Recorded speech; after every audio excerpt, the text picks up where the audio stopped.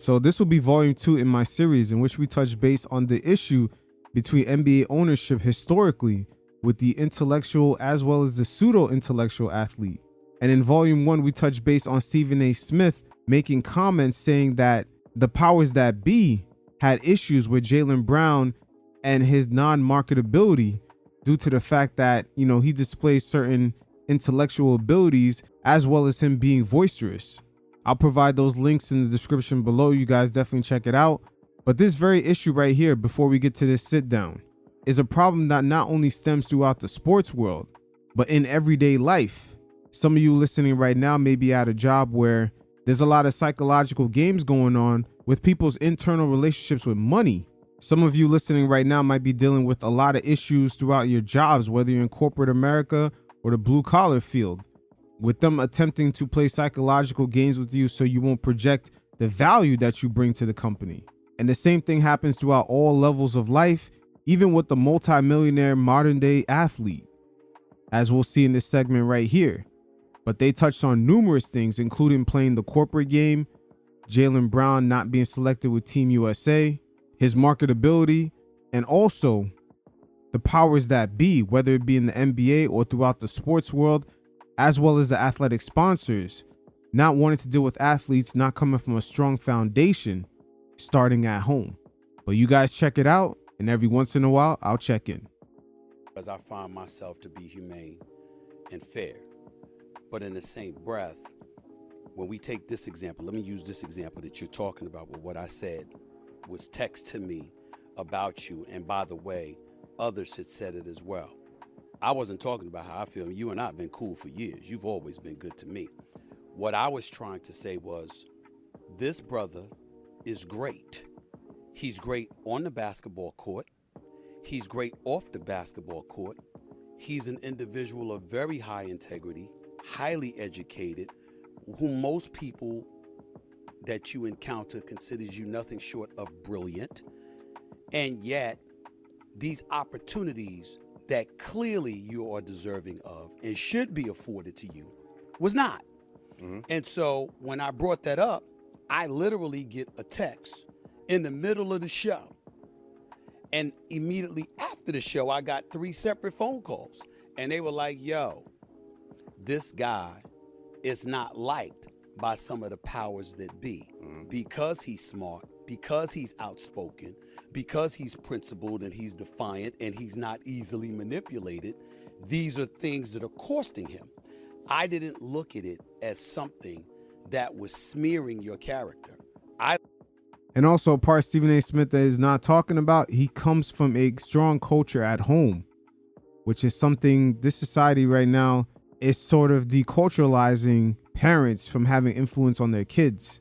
They want the younger generations to look up to these athletes and gain most of their influences from TV, which will just end up turning that younger generation into better consumers. Looked at it as individuals basically pointing out that you're not liked, and I completely understand why folks who are in positions of power and decision-making positions, you wouldn't like somebody, because they usually don't like folks that are principled. I agree. Sure. And I wasn't holding you accountable for anything that you said. Right. It was that your platform is so large. You have the #1 platform in the world. First Take, your podcast now. What I was asking was, is there a dissension but what you report on, and also how you carry yourself as an individual and as a man? Like, how do you differentiate the two? But to be honest, I'm gonna come clean. Sure. Like, I wanted to have this conversation, but honestly, I couldn't wait to address this unnamed source. Right. I know they probably will be watching this, because people like that are always watching. And I wanted to let them know that I had a great summer. Like, just as simple as that. Like, I traveled the world. I went to Umrah. I won 2 MVPs. I, launched Black Wall Street in Oakland, and made a music video. I had a blast. Right. So I wanted to let them know that I had a great summer. I really wanted to address them directly, but I feel like since this all kind of happened on your platform, I want to send the message to you, to them. Right. Because you only the person that knows who the source is. And I basically wanted to say to them that I think is cowardice. I think historically, unnamed sources have attacked some of our greats, and we are not responsible for what they lack in design. And when he says something like that, attack some of our greats, I think he's making reference to Kyrie Irving and Kareem. Jaylen in the past tweeted out a few things that kind of show support for Kyrie Irving as he was going through rough times. And also historically, if you look back, Kareem, even though he's not heavily promoted today as being one of the greats, had a lot of major issues in the 60s. Being a very highly intellectual athlete, especially being African American, dealing with the mostly Caucasian media from back then. That's why he's not really promoted in the same way as other greats, even though he is on that level. There were a lot of issues back then with him, especially with him displaying certain religious beliefs. So the powers that be never really marketed him and brung his name up to the certain level that it should be displayed today. LeBron James has played over 20 years in a pro offensive era, and he just surpassed Kareem in points.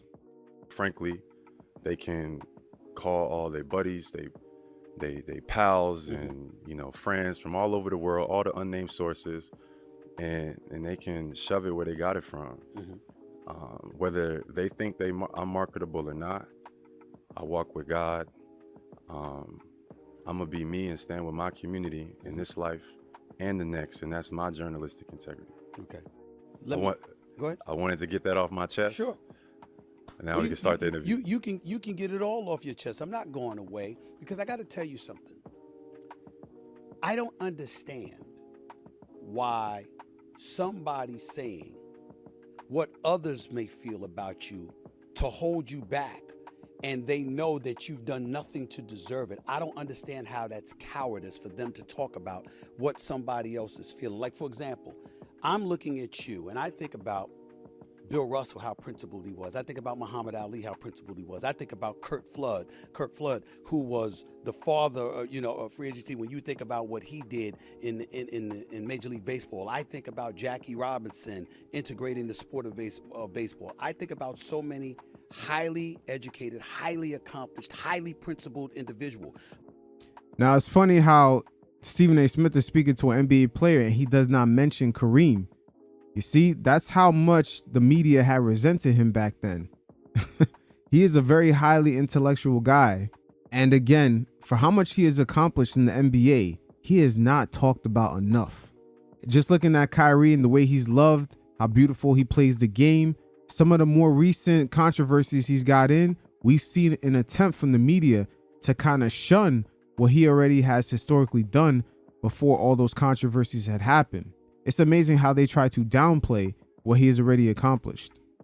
The word likability is not something that you would attach to them when it came to Madison Avenue and marketability and promotion. So somebody saying this guy is not liked because of that reason, that's not them insulting you. That's not them calling you out. It's them saying the world that we're living in, you're not somebody that's easy to control. You're somebody, you stand on your own and you're your own man. For sure. What's the problem with that? It's a balance, because it's one, you can critique someone's performance. Okay. But then also if you're attacking their character.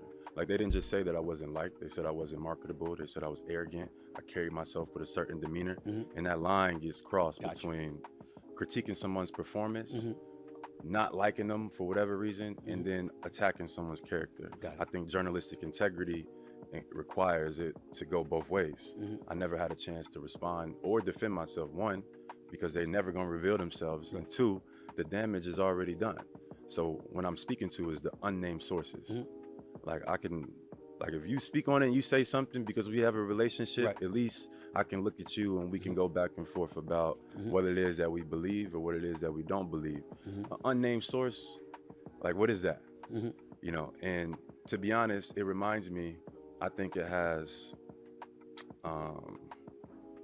familiarity with when I was entering the draft. 2016 third overall pick. What was said? Do you remember? I do not. I'm sorry. When I got drafted, they said that I was too smart. A source, an unnamed source. Okay. Said that I was too smart to be a basketball player. Now, where have we heard that recently also from? Mo Bamba. He said the same thing. They kind of made him feel like he should dumb himself down and that certain teams weren't willing to accept him because they thought he was too smart and he might venture off into other things. Again, it's amazing how some of the upper brass questions an athlete's smarts, but they never question certain athletes. Maybe this person's a little bit too dumb. We never hear that. And especially for the African-American players, there seems to be an issue with them kind of experiencing the more intellectual side of some of these brothers. I'm not going to lie. They never question maybe a person like JJ Redick. How come they never say he's too smart? We never hear that. Or any other players from different cultures. Again, historically, we've seen this play out a lot. And it's starting with Kareem. We heard that more recently with Mo Bamba. And now the same issue is playing out with Jaylen Brown. Today's modern athlete faces a dilemma because in order for them to land some of these big sponsorship deals, these guys kind of got to stand for nothing. Very similar to what we see playing out in the Kendrick Lamar and Drake back and forth in the rap battle. One guy stands for something and he accuses Drake for not standing on anything. But at the same time, that's how Drake makes his money. He has to be a universal figure. He has to be almost a corporate shield. You know, towing that line that we see Michael Jordan and guys like Barack Obama on that level, and that name recognition and that brand recognition kind of play. They don't take a stance on anything. They have to appeal to everybody. That is exactly what these sponsors are looking for. They don't want someone out there voicing their opinions too much. The only athlete I could think of off the top of my head that kind of told that line and been himself is Charles Barkley, because he presented like that off rip, and at the same time he uses his charisma, and people like him for that authenticity. So it kind of translated in a way where these sponsors could actually market products around. That's a very unique thing Charles Barkley was able to pull off. But today's modern athletes, they have an ability to have a voice more than ever with social media, but they're 10 times more scared of that cancel culture backlash. Or something like that, and that would hurt my draft stock because it was a form of questioning authority. And this unnamed source, who now have said back in 2016. Back in 2016, it was a very popular, subject at the time, and this source kind of reminds me of that as well, And I actually figured out who that source was. Okay. But I know because of your credentials, your background, your journalistic integrity, we never gonna figure out who that one is. You're not. Yeah.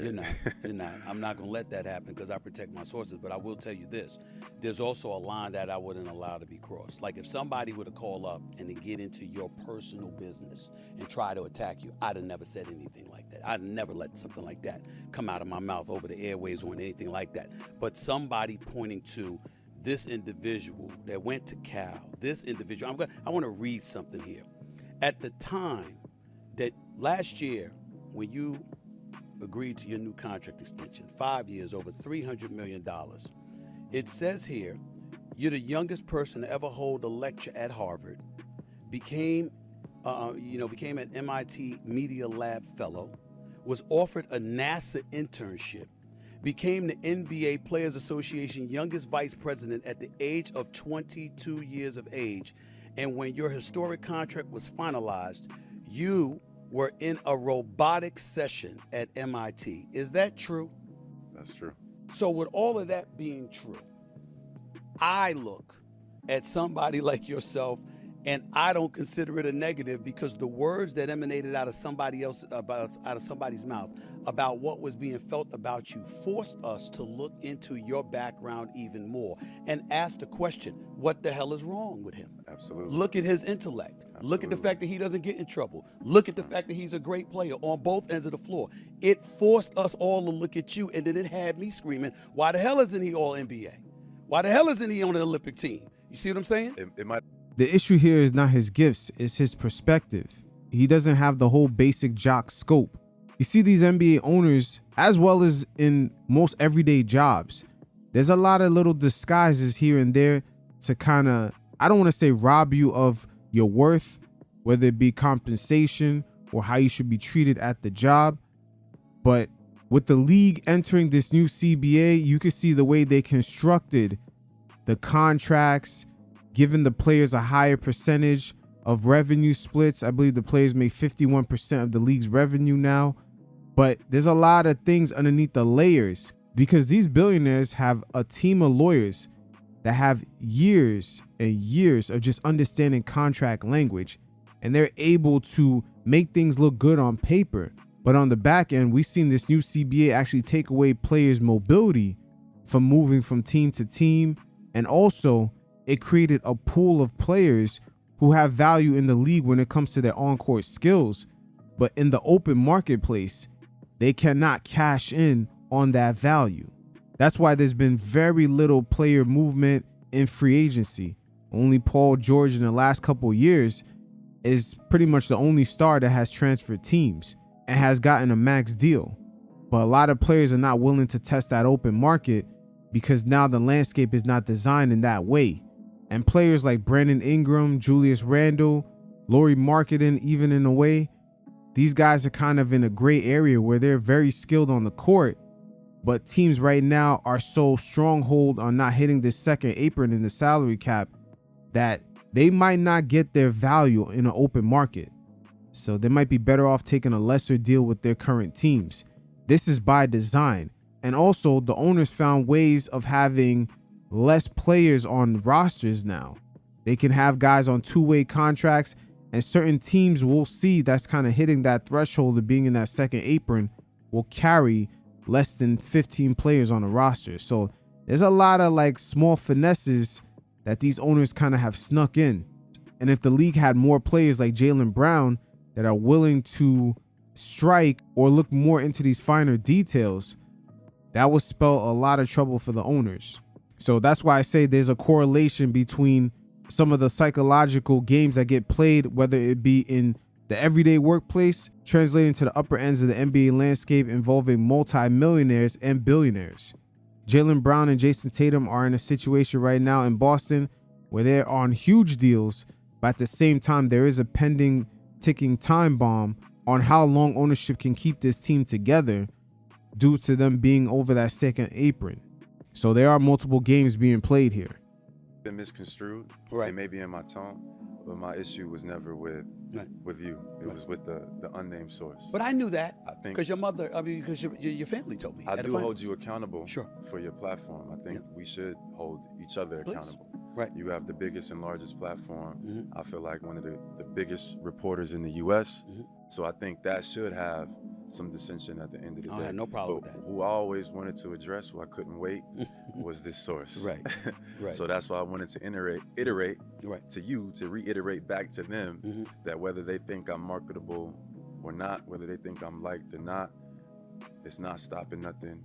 They can do their worst, and I'm gonna stand with my community, and I'm gonna be myself in this life and the next, and that's what I stand on.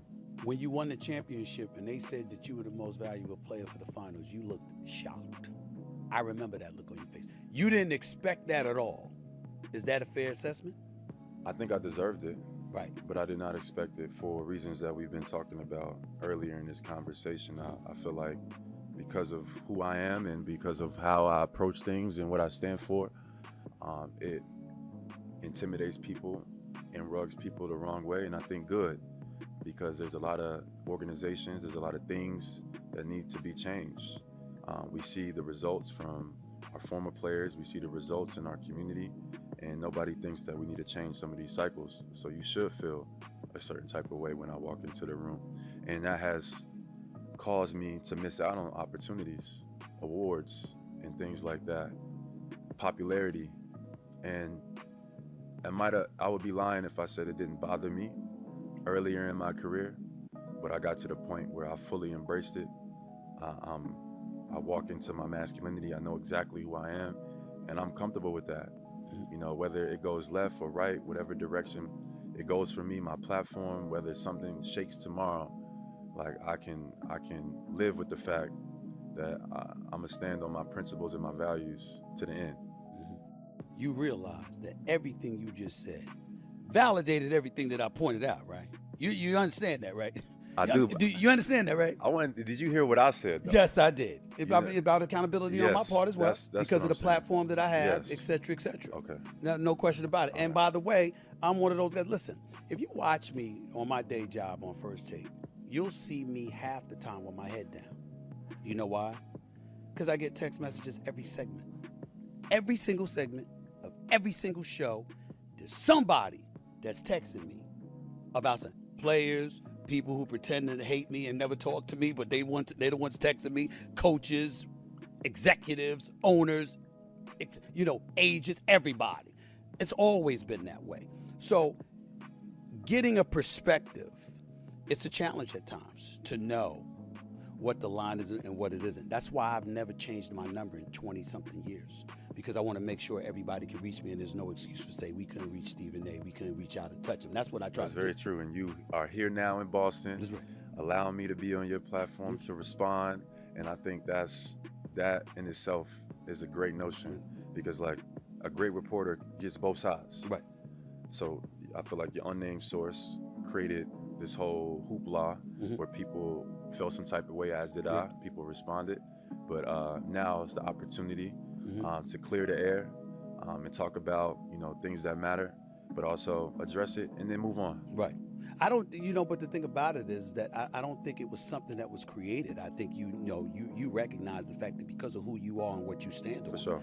that there are certain people in positions of power that want to hold you back, because when they want to do business, they want to do business with people that they can control. So my next question to you is, does that not sound like Drake? And it's not necessary to harp on him. It's the perfect universal caricature that these mega sponsors want these guys to play. That whole, I represent everyone. I could appeal to everything that everybody's into.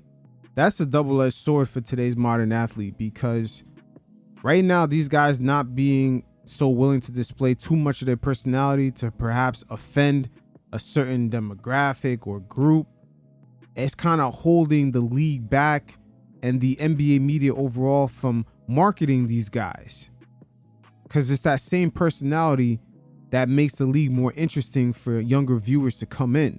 And that's where we see the issue where Anthony Edwards is almost the last of the Mohegans.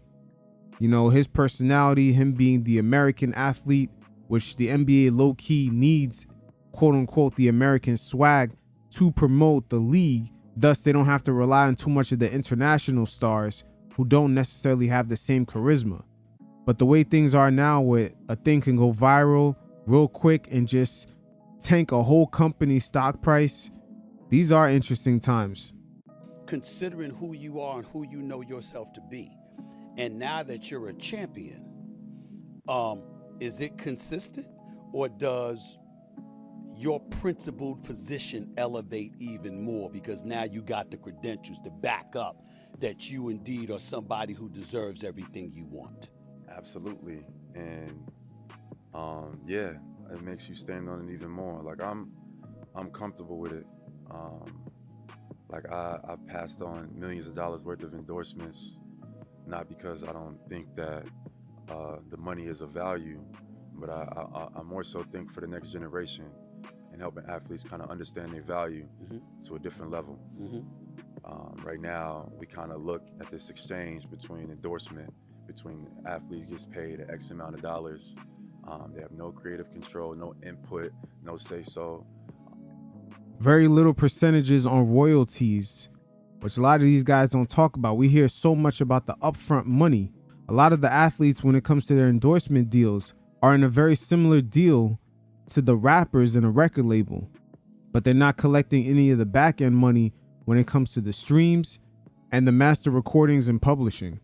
Over, the direction of how they want things to go. They don't own their IPs, nothing of the sort.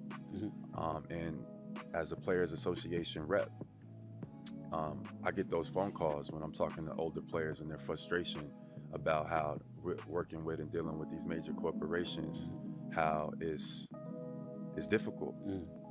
And I think more people should hear those stories, because if I was a young player and I heard this veteran that went through what I want to go through and this person say they might have done something different, that might affect my perspective. So I'm always listening. I'm always thinking about how can I pour into the next generation, because how we started this conversation was with Bill Russell, and playing for this organization and admiring somebody like that. I feel like I have no choice but to walk in their light. So when you give advice to some of these young cats, telling you some of the things that they're enduring, knowing what you've already been through, what do you tell them? I tell them to think for themselves. Most importantly, our influence doesn't just get determined by being an athlete or what I say an entertainer. Like, I think our influence goes beyond. Some of these dudes got God-given ability, jumping over cars, running fast as lightning. Like, I think that influence goes beyond just entertainment. And some people may disagree on that, and we're gonna have to disagree to the end. I think we should challenge ourselves, our minds, because we have the potential and the capabilities to be, leaders, not just on the court or on the field or in the music industry, but in society as well. And him speaking on that leadership and just some of the former athletes not being happy about their sponsorship situations in regards to royalties on certain sneakers or athletic wear. Kobe Bryant, the week that he passed away, he had a meeting that following Monday. He was going to leave Nike. He already had a prototype of his own shoes. He had linked up with some accredited investors out in Silicon Valley, and they had a shoe lined up with technology and everything. The prototype is out there if you guys want to check it out. But his relationship with Nike was over, and we seen it play out shortly after his death because his wife had posted things on social media questioning Nike, and that relationship had soured, and it took a year for them to repair it. But Kobe Bryant was going to introduce a whole paradigm shift for athletes to kind of think differently, and who knows, perhaps view their partnership with these shoe companies as an IP that they can own and they could license to these companies and jump ship if they have to, or just even bring that IP to some venture capitalists out in Silicon Valley and introduce new products with it. It doesn't necessarily have to be shoes or athletic wear. It could be something in the health and fitness department or in health in general, but the sky's the limit. The ability, the talent is given from God. It's just up to us if we realize it, understand it, and access it. And that's what I like to explain to the younger generation, is that you're not just a basketball player. It's the platform that you might have, but you got people in the community that look up to you, listen to you. Don't listen to the ones that say you should just focus on ball or don't care about nothing or nobody else. Nah, it's okay to stand for your community. It's okay to be a representative of your family, to not just be about the money, the cars, the girls, etc., but also be about building and bridging and creating things for the next generation and creating a legacy rather than just giving back what they just gave to you. But what about being smart and strategic too? How important is that, and how often do you give them that level of advice? Oh, that's everything. That's the emphasis of the advice, is to have stratagem. Don't go out there aimlessly saying things and doing things that you don't have the capability to back up. If you look at how I've approached things, it's been with nothing but strategy. How I've built my brand, how I've approached the work I do in the community is all about, one, making the world a better place, but two, also being able to be in a position of influence to affect the next gen. And affecting the next generation is what it's all about. Look at the situation with LeBron making the decision, going to South Beach, being a superstar, to leave his initial franchise. That caused a paradigm shift, and it has affected all the other superstars coming after him. Now guys want to go and do what's best for their career instead of being beholden to that whole I'm loyal to a franchise. Meanwhile, as soon as the franchise doesn't need you anymore, they'll ship you and your family out to a different city, and the fan base pretty much won't even care. So LeBron James has caused that paradigm shift, and best believe that whole loyalty to a franchise really benefited only the owners. That narrative is really not in the players' benefit. And those type of narratives, and there are many of those kinds of narratives. Another one was set kind of by Woj. with free agency. Guys better hurry up and get deals by July 10th. Every offseason we would hear this, like teams would really run out of money. But then again, we'll hear from certain agents speaking on how when guys like Walsh put these type of deadlines, players who have high values end up taking lesser deals because they want to impress family members and friends with having their name come up on the ticker by a certain deadline. So there are multiple layers of psychological games that ownership is playing with players in regards to their relationship with power and money. And it's on all levels, from the everyday job to the professional athletes making millions of dollars and dealing with billionaire owners. It was a lot, honestly. And a lot of the stuff that we just talked about, I feel like delineates into the same conversation. Mm-hmm. But I'll say this. In 2028, if I have to sign to Nike to increase my likelihood to play USA basketball, I'll pass. Why? One, I think that the essence, like you see it in our grassroots, kids, instead of enjoying the essence of basketball, are like forced to pick a side. Mm-hmm. And I look at our global game, and Europe is closing the gap. Mm-hmm.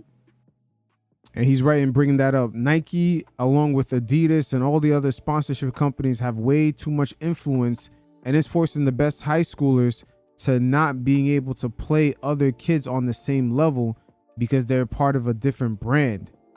And that is having an effect on the players, because in Europe, these guys not only have the advantage of becoming professionals as their preteens, but their training is a lot different and they get a better overall scope of the game. They got to train on ball handling regardless of size. They got to train on post-up skills. They spend most of their time training, and they advance only according to their skill, not their age. That's why we see Luka being as good as he was out there in Spain at a very young age. I believe he was 19. And by the time he got into the NBA, you see it translated in his very first playoff series against Kawhi and Paul George. A healthy Kawhi and Paul George, I should say. And Luka was giving those boys a tough time. So there is a lot of politics with the sponsorship deals. And if you really look at it, if there's a lot of politics with amateur kids, you could only imagine the politics when it comes to Team USA, and millions, if not billions of dollars at stake, with Nike making about 58% of their revenue outside of North America when the Olympics are on, and Adidas making 76% and Under Armour making 39%.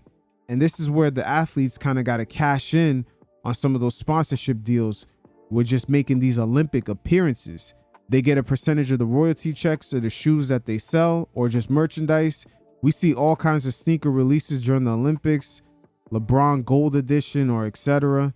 But the Olympics overall is the Super Bowl for all these sponsors: Adidas, Under Armour, Nike, hell, even Skechers. They're all cashing in, and this is how the sponsors justify the large contracts that the higher tier athletes get, like Kevin Durant, LeBron, all that money that they're giving away to these guys in sponsorship deals. This is where they help them cash in on that. Is the global reach. It's not necessarily the sales in the US, it's just global. And the Olympics overall is in cahoots with this, because they do restrict certain competitors of Nike and other brands. It's called the Olympic 40 rule, from actually having too many ad slots during the Olympics.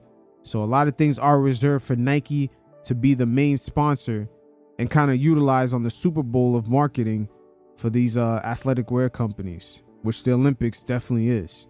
That's the main politics of those players being on Team USA. About 80 to 90% of the roster is already predetermined. I believe that we should focus more on our development of our youth and grassroots. And I think sports, I think shoe companies should have less control over the industry. Right now, and I was one of those kids. You know, I was a top player. number one. Actually, you came to one of my high school games. Yeah, I remember that. Yeah. I was a top player in high school, and and it was so much to deal with, Nike, Adidas, like going to an Adidas school, going to a Nike school. And also the new NIL situation with these kids in the amateur circuit able to cash in. It also allows these athletic companies to lock in deals with these kids earlier on and get them at a cheaper rate. Because for these kids, that would be their first 6-figure to 9-figure check. It wouldn't necessarily be coming from the leagues. It'll be coming from these shoe companies first. So today, most of the NBA players you see getting drafted, a good amount of them already was cashing in 6-figure checks before they even got to that stage. These are very interesting times now, because just a few years ago, this was not even the case. And the kids should just be focusing on development. And I think this has a direct correlation to what we see at the highest level, even in Olympic play. Like, politics is not synonymous with basketball. As my role as the vice president, I sit in these conversations with now who is Andre, who's our executive director. Andre Iguodala. And Adam Silver, who is the commissioner for the NBA, who goes back and forth about what we need and what's best for our game. So I know what corporate sponsors, what their pedigree is like. I know what the relationship is like. I know how those conversations go on. Anybody who thinks sports, politics are not cohesive, they operate in sync with one another. Absolutely. You lying to yourself. So I'll say it again, because I know it'll be a quote in 2028. If I have to sign to Nike to increase my likelihood of playing USA basketball, I'll pass. Why do you mention Nike? Because they're the lead sponsor for the USA basketball team. But I'm also asking you that question.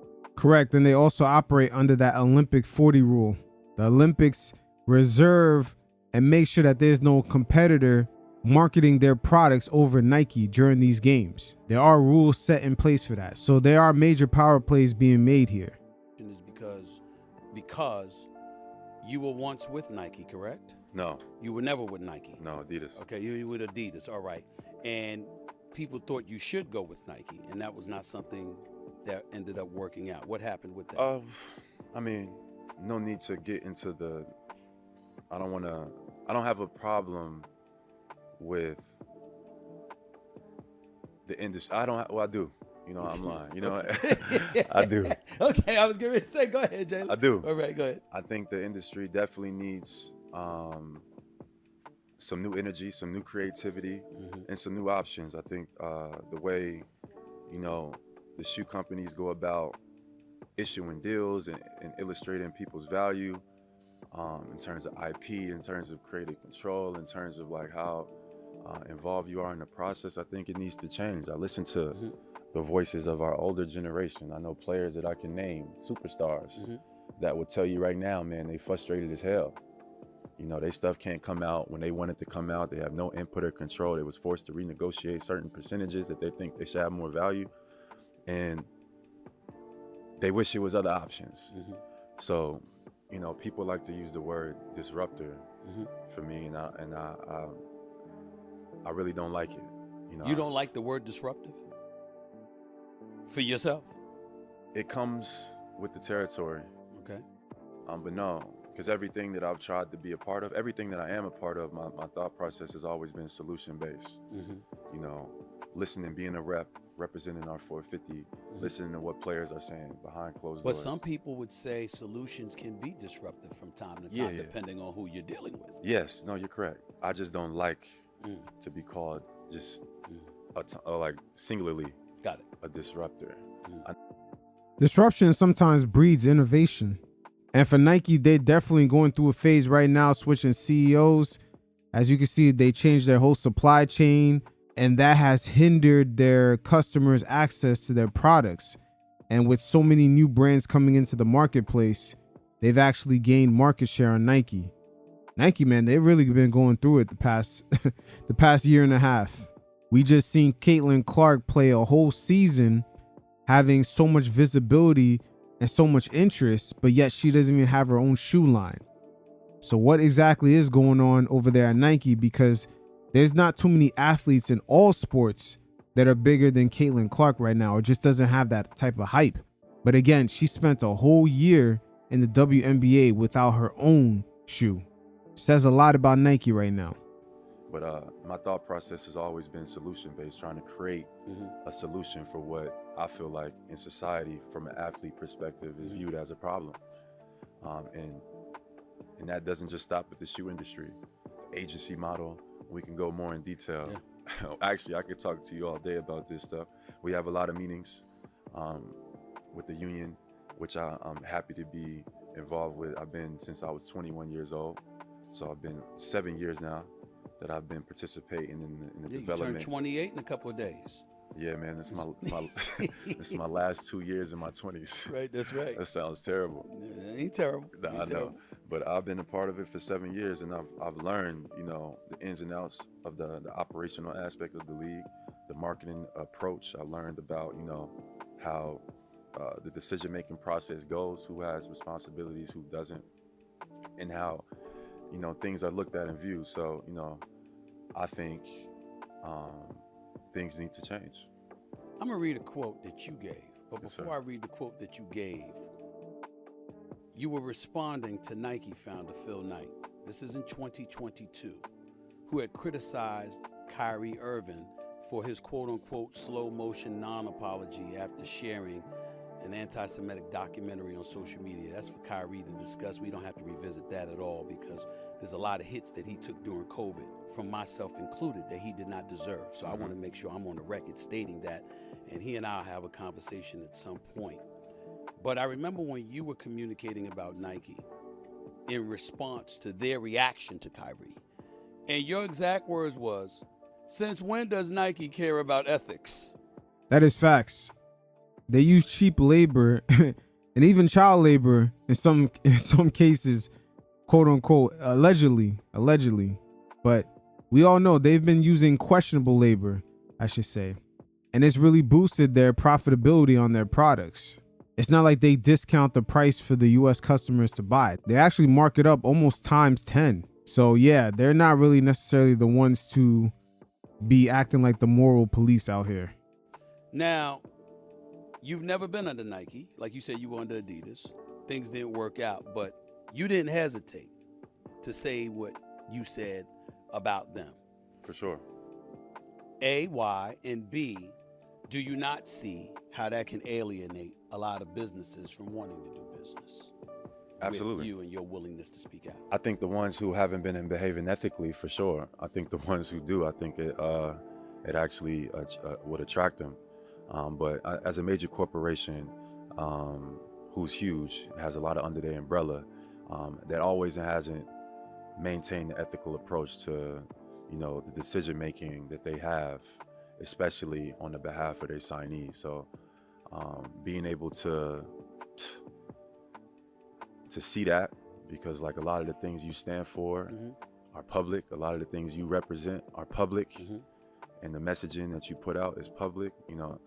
It don't take nothing but a bit of time to see what the company represents. And I think that is the part where I challenge them to do better. And Nike mainly represents their shareholders. All their moves say so. And Jaylen right here is exposing a little back end thing that never gets talked about with the previous athletes that were signed. Guys like Penny Hardaway and the foam posits. That's a very popular shoe. Scottie Pippen has a popular shoe in Nike. A lot of the older players, they had shoes that sold millions, if not billions by now. And I'm wondering, what are the royalty rates of that? We always hear about the upfront money, but really, what's $20 million a year, which is good money, off a shoe that has your name on it that's making $2 billion a year, or even 10. So we sometimes know it's not necessarily about the money, but it's about the contract terms. Michael Jordan built that whole company down there at Nike, and he only has a subset. He should be almost as wealthy as Phil Knight. Might as well be a founding father of Nike. The question, because look at all you're doing. Look at what your objective is. Who wouldn't want to support that? Nevertheless, you just articulated it's a challenge. Yes. Could it be that it's a challenge because of what you stand on and how principled you are, and you're not somebody that, dare we say, is going to play the game that corporate America might want you to play. You ever thought about that? I hate the term "play the game." I know. What A lot of us do. That's a real thing. Everybody's doing it. From the average working person all the way up to even the guys that are quote unquote billionaires that don't necessarily own their own company. Some of them are still working for somebody. So they are playing a corporate game. And for the modern day athlete of today, the corporate game is really representing nothing. You don't say too much. You don't take certain stances. You sort of become this universal figure. And in a way, your fame and your success, you become almost a slave to it. Very similar to Michael Jordan. You know, he doesn't make any public appearances too much. He doesn't really say much. Same thing for Barack Obama. His words are very carefully crafted. He can't lean one way or another. He always has to toe the line in the middle. His brand is just way too big. 2024. Right. Like, it's a different game Okay. than it was in 1985. Okay.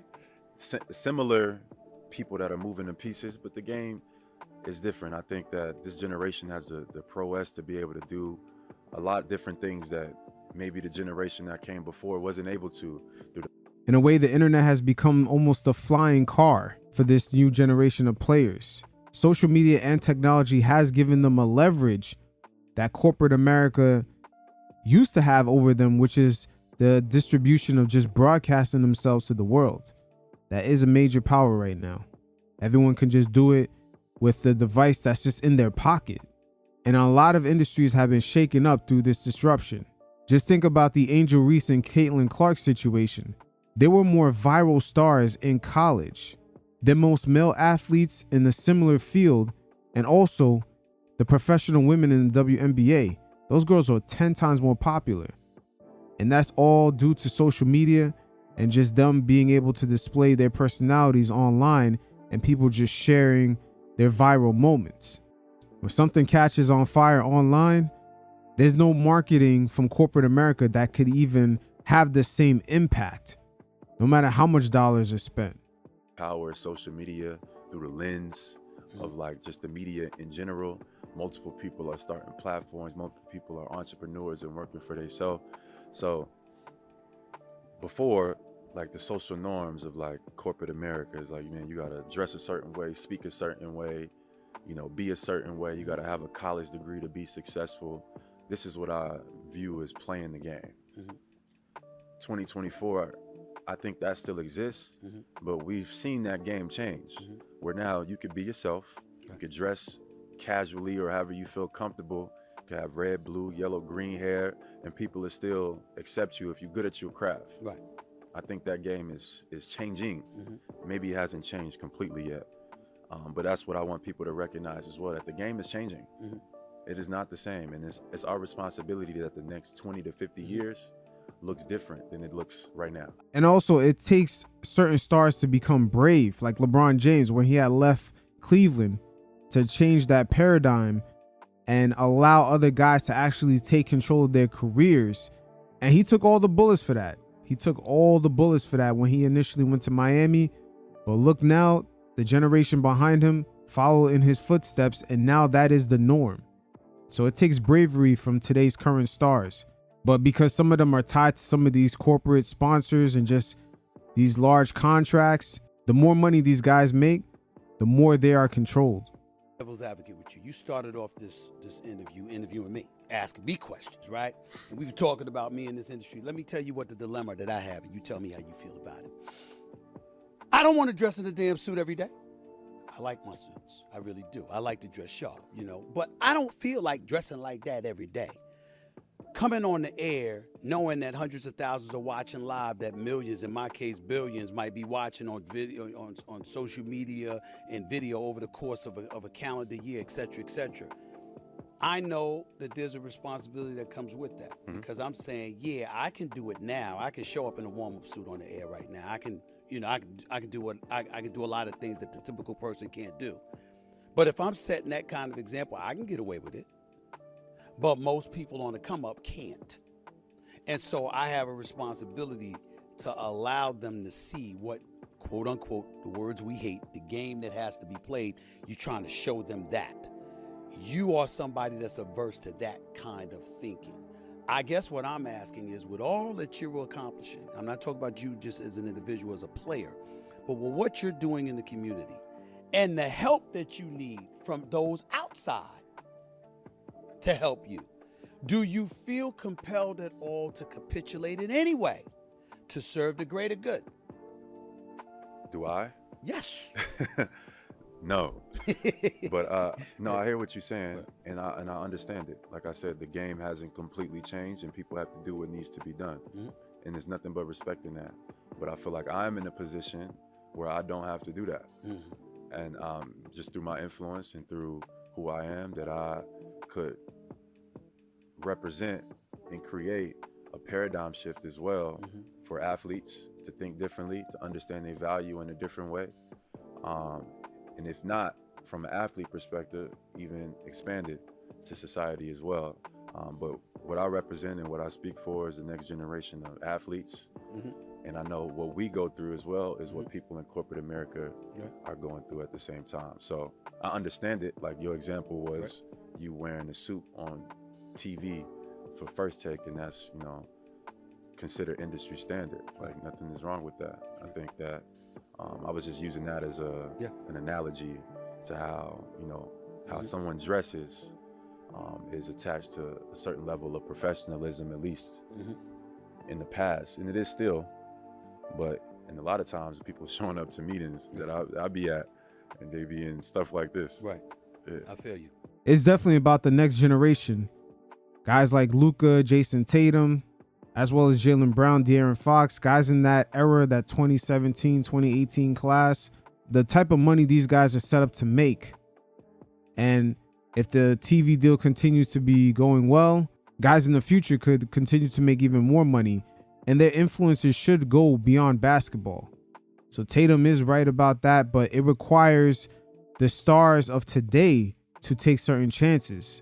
They don't have to go overboard, but they should make more impactful and strategic decisions, whether it be how these shoe deals are constructed with the royalty rates, or them continuing on what Kobe was attempting to do before he passed away, which is leave Nike and link up with a couple of venture capitalists and come out with his own shoe line, take control of production of the shoe, link up with the right people that have capital that can help with the manufacturing, taking full responsibility of their brand and their craft.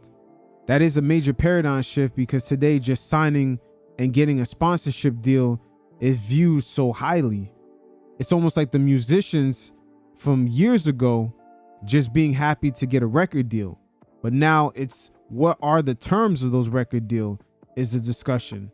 And the same thing can happen here. But these are interesting times. The landscape is definitely ever changing. And it's good to see Jaylen Brown being able to voice with Stephen A. Smith his angst, some of his issues. And this is the power of this landscape right now. Stephen A. Smith is on his own platform. He himself is playing the corporate game. He's trying to utilize and make his network, ESPN, understand his value. They're trying to go direct to consumer. They're going to need new faces, new personalities to make sure that people continue to pay a subscription monthly.